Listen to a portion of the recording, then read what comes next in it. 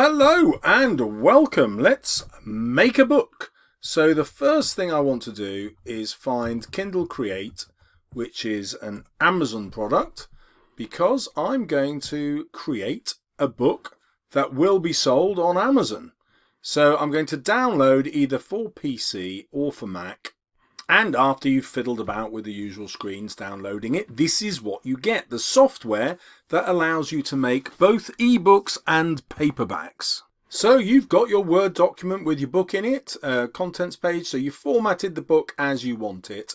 The crucial bit of information that you need is to go to Layout, and then when you pick the margin size, you want to pick on Mirrored. And when you get it mirrored, it allows for the spine of the book. So the margin on one side is always bigger than the margin on the other. And then if we come down, you'll see that's reversed on the next page and then reversed on the next page. So that bit, super crucial for when you publish as a paperback. Now the Kindle version will cope with just about anything you chuck at it, except for two things that I found. There may be more. One is this. So my contents page here is for the paperback. The Kindle version won't like it because I've used the tab and some spaces, and it just won't format that the way I like. Though as you will see, the Kindle version will build a contents page for you from the headings that you put in. The only frustration I've come across is when you want to introduce a table of any kind. So my paperback version has got all this vocabulary in a table. You have to fiddle about with the ebook. I'm not going to do that now. I can tidy that up later. But I know this will be a problem. This will reproduce exactly, but it's not actually what I want my finished product to look like. So you do have to fiddle about in your Word document a bit first. Okay, so we're going to start a new project from File. This is the only format that will take a Word document. So we're not looking at the textbook. If you want to produce a textbook, you need to convert your Word document to a PDF.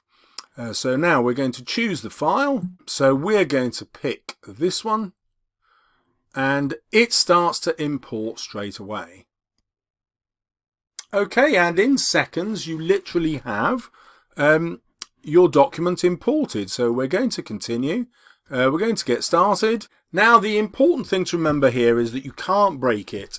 So rather than me showing you everything you can do, I shall play a little, but encourage you to play because, like I said, you can't break it at all. On the left here you can see the headings that it's already picked out that are already in my book. And that's how it builds the contents pages, remember, for the ebook. Now it's automatically decided where my chapters are. I can preview the theme that I want it to be in, so let's click on the alternatives there. It's currently in the modern, but I can go to classic, and that just changes what the font looks like, Cosmos and Armour. We're going to go back to modern and click on it.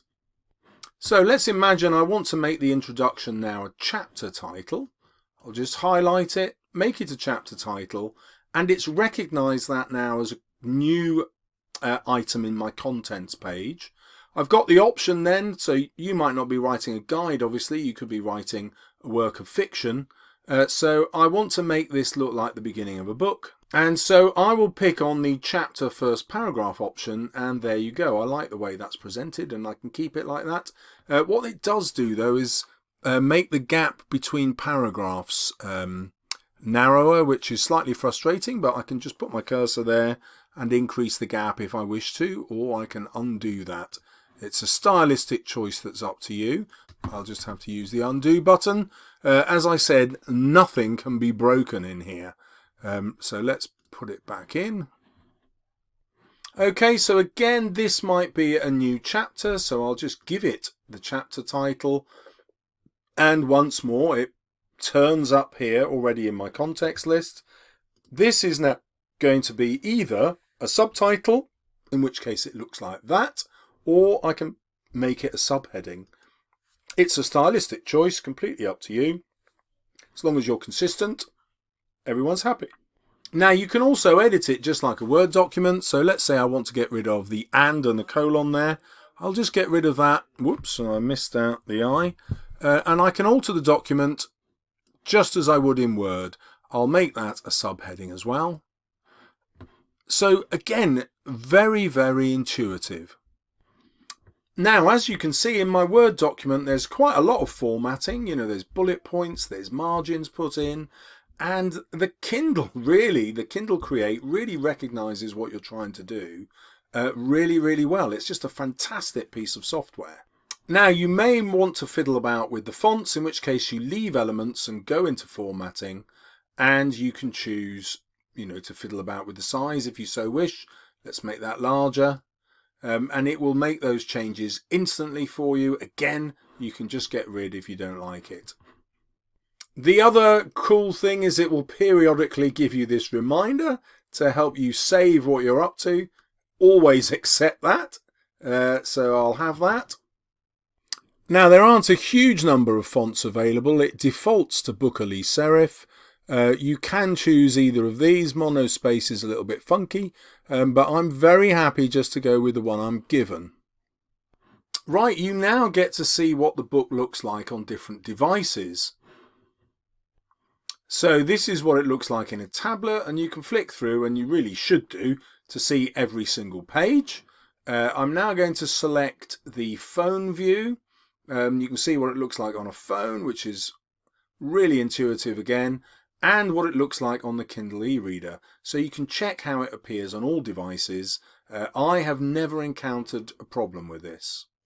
And when you're ready, obviously, you're just going to click on the Publish button and save it to a folder on your computer that makes sense. So mine will be there, and off you go. I'm not going to continue with this because I don't want to replace the existing one, but you know how to do it. Your next job is to go to Kindle Direct Publishing. So it's part of Amazon. You will have to sign up. Obviously, I don't have to sign up. I already have an account. Now, once you're in, it's super easy. You can choose either to upload the Kindle ebook or the paperback. And I'm going to recommend that you do the paperback first. And you get given a series of fields which you have to put in. Once you've completed the paperback details, I'll show you, it's not very long. I'll show you the completed one in a minute. And then the paperback content, and then the paperback pricing. Let's look at what I did earlier. So the one I made earlier was the Mr. Salles Quick Guide to Grammar. That's what it looks like at the minute. Let's go in and see how I did it. So once you've published your book, you can always get back into it with this tool here. I'm going to go to the ebook details, which was that form that we saw, which was blank, and I'm now going to show you it filled in. So I've chosen a language, I've given it a title. Once you've published your book, you can change absolutely everything about it except this. You cannot change the title, so make sure it's the title that you want. Obviously put your name in as an author. You can write something to display on the back, which will be the description. Confirm that you own the copyright. Then you have to choose keywords that people might search for. That depends on your book, and you can put in as much effort as you want with that.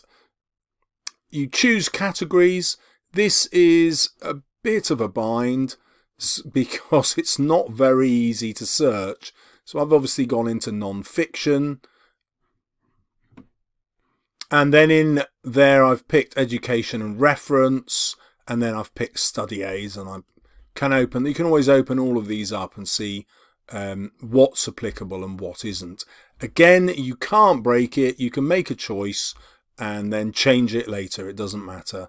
So the idea is to do a bit of research, work out how a reader is going to find your novel, and choose the category accordingly. So I'll cancel that because I've already chosen writing skills and study guides apparently. Then you press save and continue, which takes you to a new page. You can upload your ebook manuscript. When you click on that, it's just a normal file upload, and you take the one that we created using Kindle Create, which is this one. It's got the KPF ending. That's the one you're going to upload. It does a really cool spell check. I've deliberately put some misspellings in there. I know I don't need to check those now. Then you can go to Amazon's own cover creator. Now I use that because I'm lazy. You can learn how to get all the dimensions of your cover correct first, make it in some other package and then upload it. I'm nowhere near as patient or proficient to do that. So I use the cover creator as it is. I don't want to mess with that book, so this is a dummy one that I could do for Great Expectations. Let's have a look at the cover. So Kindle has 8 default designs. There's 4 here and 4 there. And you can just fiddle about with the font, the colour scheme and the picture. So I got this picture here that I brought in. Once you get to the centre of that picture by clicking, you can reposition it anywhere.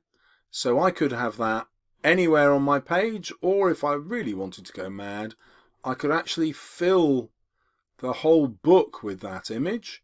You can fiddle about, resize it, get it the size that you want. Now obviously I don't want that because there's no room for my title now. So I can choose this design if I wish. The title will still appear there, or I might choose that one. Again, I can resize the picture.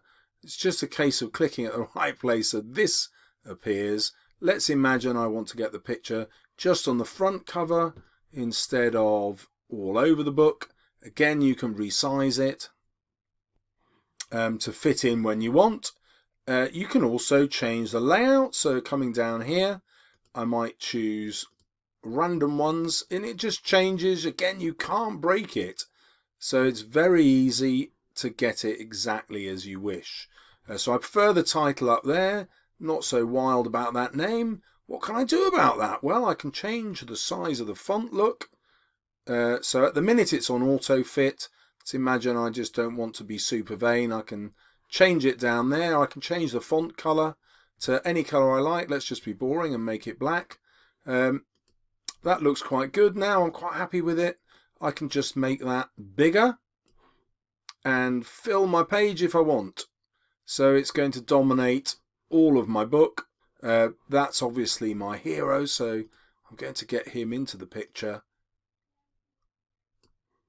And then I could accept it just like that if I wanted. If not, choose something else. Okay, let's say I'm happy with that. I've now got some colour schemes that I want. So at the minute it's defaulted to that one. Well, what colour do I want that one to be? I can choose anything. Let's imagine that I chose black. So my font automatically turns to white. How cool is that? So I can choose a black and white theme because obviously it's Great Expectations, Victorian novel. Another thing that might make your image fit with the rest of the cover brilliantly is to choose colours which are the same. So if my image is predominantly white, I do have the option of clicking on that primary colour. We'll make that white. I will then go to my secondary colour and make that white as well. So you might like that effect, it's up to you. Obviously your font won't look so good in white now and you'd have to go back to black. Again, super easy to do and you can't break it. So even if I saved this and didn't like it, I would be able to change it at any time, even when the book is published. Okay, that's super important. You can change it anytime you like. I'm happy with my image of me as an author. I haven't got any text in here yet, or rather I have, but it's gone invisible. You can write unlimited words in there almost, and the same in this text box where you can describe the book. That could be your blurb. Right, you've uploaded your manuscript, you've designed your cover, then it will always ask you to launch the previewer so you can see what your book looks like in print. You save it and then go to the Kindle ebook pricing. Now, if you're only going to publish your book on Amazon, it's very worthwhile enrolling it in KDP Select.